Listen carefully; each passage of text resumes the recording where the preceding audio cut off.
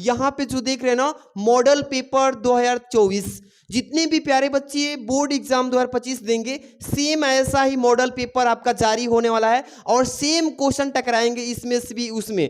आज की इस वीडियो में आपको पेपर को दिखाएंगे कैसा क्वेश्चन बन के आने वाला है बहू, ठीक पूरा देख लीजिए और इसमें पूरे क्वेश्चन का सलूशन भी बताएंगे, फटाफट से देर नहीं करेंगे, एक एक क्वेश्चन को सटीक और आंसर भी बताएंगे। तो फटाफट से वीडियो को लाइक कर देना और चैनल पे नए पहली बार विजिट किए तो सब्सक्राइब कर लीजिए बाबू। देखिए सेम ऐसा ही मॉडल पेपर का मतलब होता है प्रतिदर्श प्रश्न पत्र, और ये 2023-24 के बच्चों के लिए पिछले साल यही लागू हुआ था और 2025 में सेम लागू करने जा रहा है यूपीएमएसपी पे। तो आप लोग हो सकता है कि यही देखने को मिलेगा, लेकिन अच्छे से इसको तैयार कर लेना। इसमें से इसी मॉडल पेपर को पढ़ के बहुत सारे बच्चे यानी 80% नंबर अचीव किए थे, और आप लोग भी अच्छे से इसको देख लीजिए कैसे क्वेश्चन दिया है इस पेपर में। सबसे पहले बात करूं तो क्लास 12 के बच्चों के लिए विषय जो आप देख रहे हैं सामान्य हिंदी, एक साहित्यिक हिंदी होता है लेकिन ये साहित्यिक ही नहीं है, ये सामान्य हिंदी वाले बच्चों के लिए ये मॉडल पेपर है। सबसे पहले 3 घंटे, ये सब लोग जानते हैं कि 15 मिनट पेपर जैसे सेम आता है पिछले साल वैसा ही ये भी है। पूर्णांक 100 नंबर का है बाबू, ठीक। अब ज्यादा कुछ नहीं पढ़ेंगे, यहाँ पे नोट में दिया है थोड़ा ये चीजें पढ़ना तब क्वेश्चन को सॉल्व करना है। देखिए प्रारंभ में 15 मिनट पेपर पढ़ लीजिएगा आराम से सभी लोग। इसके बाद यहाँ पे बोला है बाबू कि ये प्रश्न पत्र जो होगा यही 2 खंड में है, ये ध्यान रखना है, दोनों खंड को अच्छे से सॉल्व करना है, खंड वाइज करना है, इधर से उधर क्वेश्चन नहीं सॉल्व करना है। यही चीज इसमें नोटिस किया है, आराम समझ लीजिए। चलिए क्वेश्चन स्टार्ट करते हैं यहाँ से। देखिए बाबू सेम ऐसा ही आपका पेपर भी आएगा जो कि मॉडल पेपर के प्रतिदर्श के रूप में दिखाया है खंड क से। ऐसे क्वेश्चन पहले आपके खंड क से पहला जो आपका क्वेश्चन आएगा इसमें 5 बहुविकल्पी रहेंगे बाबू, जो कि गद्य साहित्य से क्वेश्चन उठेंगे, ठीक। चलिए ध्यान दीजिए पहले क्वेश्चन किस टाइप से रहेगा। पहला के क लिखा है ना कि शिक्षा का उद्देश्य निबंध के लेखक कौन है, इसी तरीके से पूछेगा। 4 विकल्प दिया रहेगा क्वेश्चन पेपर में, आराम से जो सही आंसर है सटीक उसको कॉपी में लिखेंगे, ठीक। लिखा है ना कि शिक्षा का उद्देश्य निबंध के लेखक तो संपूर्णानंद जी। देखिए मैं ज्यादा विकल्प पढ़ के आपका टाइम इन्वेस्ट नहीं करूंगा, सीधे जो आंसर है वो याद करके आंसर अपने दिमाग में रखना है, ठीक। यहाँ पे नेक्स्ट क्वेश्चन बाबू देखिए ख नंबर, लल्लू लाल की रचना है। पूछा ना कि लल्लू लाल की कौन सी रचना है। आप सभी को मालूम है कि प्रेम सागर जो है ये लल्लू लाल की रचना है, ठीक। यहाँ पे नेक्स्ट क्वेश्चन जो है इसका ऑप्शन जो है क्या 2nd नंबर। अगला क्वेश्चन की तरफ चलेंगे बाबू, ध्यान दीजिए। यहाँ पे तीसरा जो क्वेश्चन आप देख रहे हैं क नंबर की पर्दा कहानी के लेखक कौन है। आप सभी लोग जानते हैं कि यशपाल जी पर्दा कहानी के लेखक है, चौथा विकल्प सही हो गया। ऐसे ही पूरे क्वेश्चन को अच्छे से करिएगा। घ नंबर देखिए आवारा मसीहा के रचनाकार कौन है। आवारा मसीहा की रचना किसने किया था, तो आप सभी को मालूम है कि विष्णु प्रभाकर जी इस आवारा मसीहा के लेखक हैं, इन्हीं ने इसकी रचना किया था। अंग नंबर जो देखिए 5वां क्वेश्चन है कि बाणभट्ट की आत्मकथा के लेखक कौन है, तो इसका राइट आंसर हो जाएगा 4 नंबर हजारी प्रसाद द्विवेदी। देखिए एक एक क्वेश्चन को अच्छे से ऐसे ही कीजिएगा, 5 क्वेश्चंस आपके गद्य साहित्य से आएगा और दूसरा जो क्वेश्चन स्टार्ट होगा बाबू ध्यान दीजिएगा ये पद साहित्य से। यहाँ पे लिखा है ना दूसरा नंबर क्वेश्चन, ध्यान दीजिए।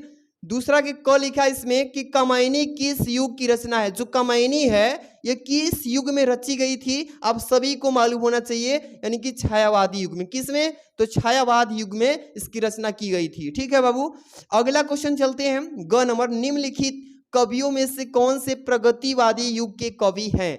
तो कवि जो पूछा है ना इसमें से कौन से कवि प्रगतिवादी युग के हैं, तो यहाँ पे चौथा दिख रहा है ना रामधारी सिंह। इसको आप हमेशा दिमाग में रखिएगा कि ये जो कवि हैं रामधारी सिंह दिनकर ये प्रगतिवादी युग में आते हैं, ठीक है। चलिए यहाँ पे ग नंबर लिखा है तार सप्तक जो है इसका प्रकाशन किस वर्ष में हुआ था। ये तार सप्तक लिखा है तो 1943 में, 1900 किस ईस्वी में बाबू 1943। यहाँ पे 2nd नंबर ऑप्शन सही है।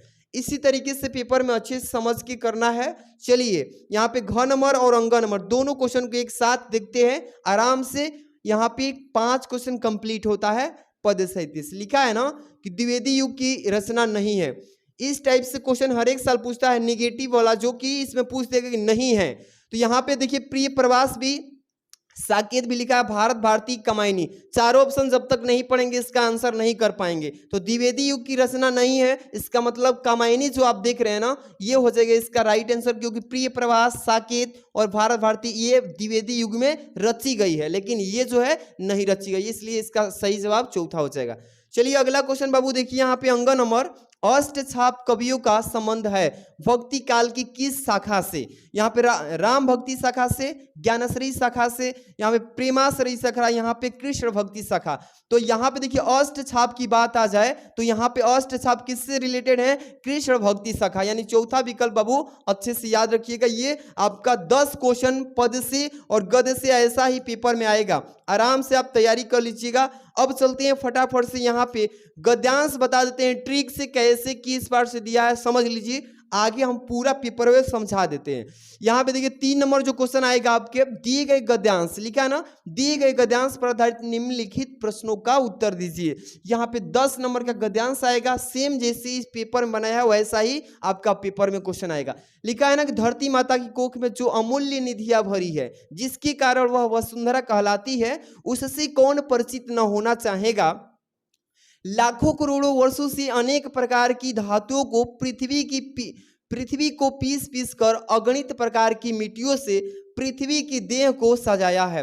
हमारे भावी आर्थिक अभ्युदय के लिए इन सब की जांच पड़ताल आवश्यक है। देखिए बाबू आपको यहाँ पे समझना है, धरती लिखा है ना, तो ये किस चीज से रिलेटेड है? धरती हमारे राष्ट्र से, इसलिए यहाँ पे राष्ट्र का जो स्वरूप है बाबू, राष्ट्र के स्वरूप कह लीजिए, राष्ट्र के स्वरूप जो आपका चैप्टर है उसी चैप्टर से इस गद्यांश को दिया गया है। और राष्ट्र के स्वरूप जो चैप्टर देख रहे हैं इसके राइटर कौन है? वासुदेव अग्रवाल जी। यहाँ पे देखिए बाबू वासुदेव, ओहो बाबू वासुदेव सरल अग्रवाल, ठीक है, वासुदेव सरल अग्रवाल, ठीक है, इसी चैप्टर से, और इसके राइटर वासुदेव अग्रवाल, इसी चैप्टर से इस गद्यांश को दिया है। 5 क्वेश्चन दिया है, देखिए पांचों का आंसर आप लोग आराम से कर लीजिएगा। ऐसे ही क्वेश्चन पेपर बन के आएगा बोर्ड एग्जाम में, आराम से करिएगा। यहाँ पे अथवा में भी दिया है, चाहे तो किसी एक को करिएगा अथवा वाला में से, ठीक है। अशोक का फूल देखिए यहाँ पे चैप्टर का नाम लिख दिया, लिखा है ना अशोक का फूल वाला चैप्टर, जिसके राइटर हजारी प्रसाद द्विवेदी जी हैं। आराम से इस गद्यांश को कर लीजिए, ये ऊपर वाला दिया है, इसमें भी 5 क्वेश्चन रहेंगे, किसी एक को करना है, ऐसा ही पेपर बन के आएगा। ठीक, चलिए आगे बढ़ते हैं। ये तो गद्यांश था, यहाँ पे पद्यांश भी दिया है। पद्यांश 4 नंबर क्वेश्चन क्या लिखा है इसमें कि दिए गए पद्यांश पर आधारित निम्नलिखित प्रश्नों का उत्तर दीजिए। ये भी 10 ही नंबर का बाबू आता है पेपर में। यहाँ पे लिखा है दुर्बलता का ही चिन्ह यानी कि विशेष शपथ है, पर अवलाजन के लिए कौन सा पथ है? यदि मैं उकसाई गई भरत से हूँ तो पति समान ही स्वयं पुत्र भी खोऊं। मतलब इस पूरे पद्यांश को अच्छे से पढ़ना है और समझ जाएंगे जैसे पढ़ेंगे किस पार्ट से, इस पार्ट का लेखक मतलब कवि कौन है। इसमें भी 5 क्वेश्चन रहेंगे बाबू, आराम से देख लीजिए, ऐसा ही पेपर आपका बन के आएगा। जो बच्चे अच्छे से पढ़ेंगे, ईमानदारी से एक एक चीज को दिमाग में और नोटबुक में नोट करेंगे, समझिए वही एकदम टॉपर लिस्ट में आएंगे। देखिए अगला भी पद्यांश दिया है, लज्जाशिला पथिक महिला जो कहीं दृष्टि आए, होने देना विकृति वसना तो न तू सुंदरी को, जो थोड़ी सी श्रमिक वह हो गोद ले श्रांति खोना। यहाँ पे होठों की कमल मुख की मलनताएं मिटाना। पूरे मतलब कि कह लूँ यहाँ तक पूरे पद्यांश को पढ़िए, किस पार्ट से दिया है, इस पार्ट के कवि कौन है, आप याद कर लेंगे एक एक चीज को और 5 प्रश्नों का आंसर दे देंगे तो 10 नंबर यहाँ से पद्यांश से मिल जाएगा बाबू। ऐसा ही आपका मॉडल पेपर जारी करेगा 2025 वाला, एकदम इसी पेपर को तैयार कर लीजिए, सेम टू सेम भी जारी कर सकता है, क्योंकि 2022-23 में भी नहीं किया था, सेम वही रखा, एकदम लगातार यही मॉडल पेपर जारी करता जा रहा है। चलिए 5 के क में देखिए, ये कवि का नहीं बाबू, ये लेखक का साहित्यिक परिचय होता है। यहाँ पे 80 शब्दों में आप पूरा साहित्यिक परिचय देंगे, 5 नंबर मिल जाएगा। 3 ऑप्शन दिया रहेगा, किसी के भी विषय में आप आराम से लिख देंगे। जैसे आचार्य हजारी प्रसाद द्विवेदी जी के बारे में लिख लीजिए, क्योंकि पेपर में 100% हर एक साल पूछा जाता है बार बार। APJ अब्दुल कलाम भी बहुत अच्छे मतलब लेखक हैं। वासुदेव सरल अग्रवाल, मतलब तीनों का नाम एकदम प्रचलित है, जिसका आप याद करना चाहें आराम से याद कर लीजिएगा, 100% ये पेपर में आते हैं। आगे देखिए कवि का 5 की ख में बाबू, ये कवि का किसी एक के बारे में, किसी एक कवि के बारे में साहित्यिक परिचय दे दीजिए, 80 शब्दों में 5 नंबर मिल जाएगा। मैथिली शरण गुप्त जी भी हैं इसमें। अगला है सुमित्रा नंदन पंत, इसके बाद है रामधारी सिंह दिनकर। तीनों में से किसी एक के बारे में आपको साहित्यिक परिचय लिखेंगे, रचना वगैरह जो भी आराम से लिख लीजिएगा। ठीक, अगला क्वेश्चन ऐसा ही सेट करके आएगा बाबू, पेपर में एकदम छप जाएगा, ऐसा ही आराम से आप तैयारी कर लीजिएगा। यहाँ पे क्वेश्चन थोड़ा सा नीचे करता हूं क्योंकि ये क्वेश्चन जो है 6 नंबर ये कहानी से रिलेटेड होता है, कथा वस्तु से। यहाँ पे लिखा है ना, बहादुर अथवा पंचलाइट, कहानी के उद्देश्य पर प्रकाश डालना है। 80 शब्दों में लिखेंगे। 5 नंबर का ये भी क्वेश्चन पेपर में पूछता है। जैसे यहाँ पे लिखा ध्रुव यात्रा, कहानी की कथा वस्तु अपने शब्दों में लिखिए। तो ये कथा वस्तु लिखना है और ये कहानी का उद्देश्य लिखना है। किसी एक ही टॉपिक पे लिखेंगे, बहादुर पे लिख लीजिए या पंचलाइट पे, ठीक, या ध्रुव यात्रा पे, किसी एक पे लिखेंगे बाबू, ठीक। 7 नंबर तो आप सभी को पता होगा कि ये जिला वाइज आता है, 80 शब्दों में लिखना है। इसका 5 नंबर का ये पेपर में क्वेश्चन पूछा जाता है। आप किस जिले से उसके हिसाब से तैयारी कीजिए अपना, ठीक है। और थोड़ा कमेंट बता दीजिए कि सर मैं इस जिले से हूँ, उसके लिए इंपॉर्टेंट क्वेश्चन बता दीजिए, तो रिप्लाई करेंगे।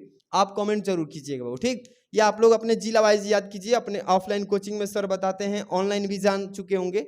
आप आराम से 7 नंबर क्वेश्चन को कर लीजिएगा, ठीक। यहाँ से स्टार्ट होता है अगला खंड। यहाँ पे देख रहे हैं ना बाबू, खंड ख, ये आपका व्याकरण से क्वेश्चन पूछा जाता है। यहाँ से देखिए, यहाँ पे 8 का क नंबर दिया है ना बाबू, कि दिए गए संस्कृत गद्यांशों में से किसी एक का संदर्भ के साथ हिंदी में उसका अनुवाद कीजिए। अनुवाद करना है। 7 नंबर का ये क्वेश्चन पेपर में पूछा जाता है। जैसे लिखा है, महामना विद्वान वक्ता धार्मिको नेता पटुआ पत्रकार स्थित, यहाँ परमस्य सर्वोच्च गुण जनसेवय आसित, यत्र कुत्राप्ययम जनानम दुखितान पीड्यानाम पश्यत।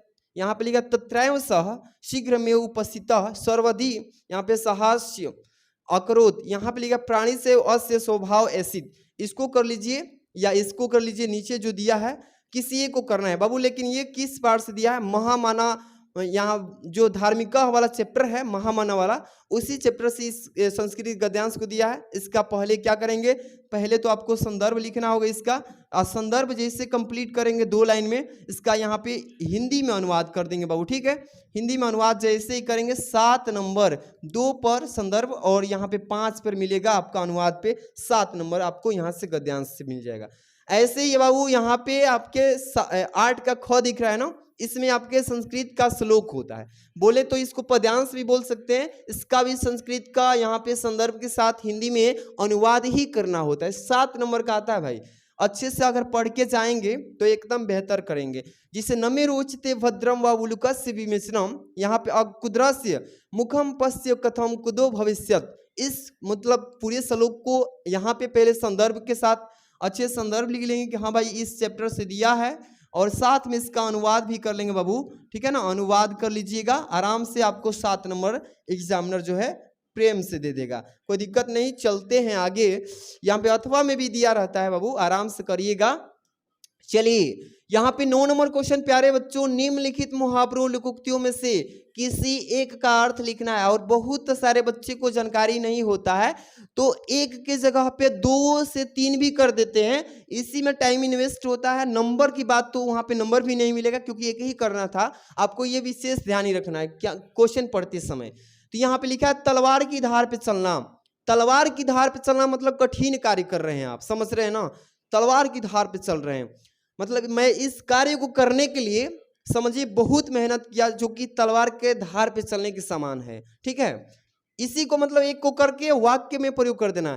एक चीज का अर्थ लिखेंगे और उसी चीज को वाक्य में प्रयोग कर देंगे, आराम से कार्य हो जाएगा 2 नंबर का। चलिए आगे लिखा है ना प्यारे बच्चों, यहाँ पे क्या लिखा है ध्यान दीजिए। 10 नंबर का अपठित गद्यांश पर आधारित निम्नलिखित प्रश्नों का उत्तर दीजिए। ये अपठित होता है, इसमें 2 गद्यांश दिए जाते हैं। इसको पढ़ेंगे प्रेम से, पूरे क्वेश्चन मतलब गद्यांश को पढ़ेंगे, और इसी में से 3 क्वेश्चन दिया रहेगा। लेखक के अनुसार इच्छा लोभ आदि का क्या परिणाम होता है, इसी में दिया है। देखिए प्यारे बच्चों, आराम से पढ़ेंगे ना तो इसी में से आंसर भी लिखना है, कहीं जाना नहीं है कि कहाँ से आंसर लाएं। आराम से इसी में से आपको आंसर भी करना है। चलिए ये 5 नंबर का आता है, दिखा दूं थोड़ा।